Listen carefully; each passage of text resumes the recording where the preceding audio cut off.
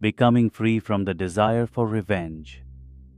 Ask yourself very honestly, how many times in your life did you feel joy, even a slight trace of it, when something negative happened with someone who had harmed you, or hurt you, or insulted you in any way in the past, either in the immediate or distant, faraway past? When this kind of joy, which is a negative form of joy, is seen inside you, even if it is at your extremely subtle thought level, not in your words or actions, you need to remember that this is nothing but a feeling of subtle revenge, even if physically you haven't got back at any point of time at the person who has harmed you when he did so. It may not sound very nice, but this kind of joy is enjoying the pain of others and is obviously an extremely low form of joy.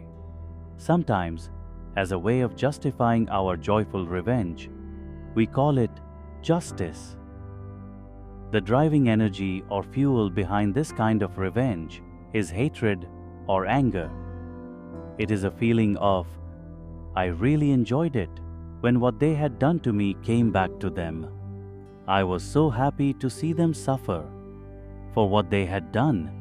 This is their punishment.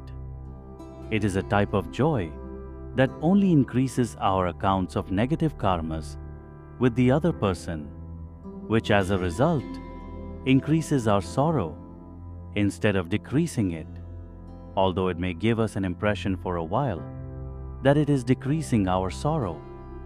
This kind of joy will only cause the radiation of a negative form of energy to the other person, which will not only give pain to the other person, but will also cause the radiation of the negative energy of hatred from the other person to us that will never bring us long-term joy. Imagine someone meeting with an accident on the road and in a lot of pain, and instead of helping that person immediately, we smile at that person happy with what has happened to him or her. What energy will such a person send us in return? This example is on a physical level, but the same principle applies on a subtle level. So, the next time something like this happens in our life, we need to remind ourselves only if we don't have the slightest trace of joy inside us, that we can safely say that we are free from any desire for revenge, even though it may be very subtle.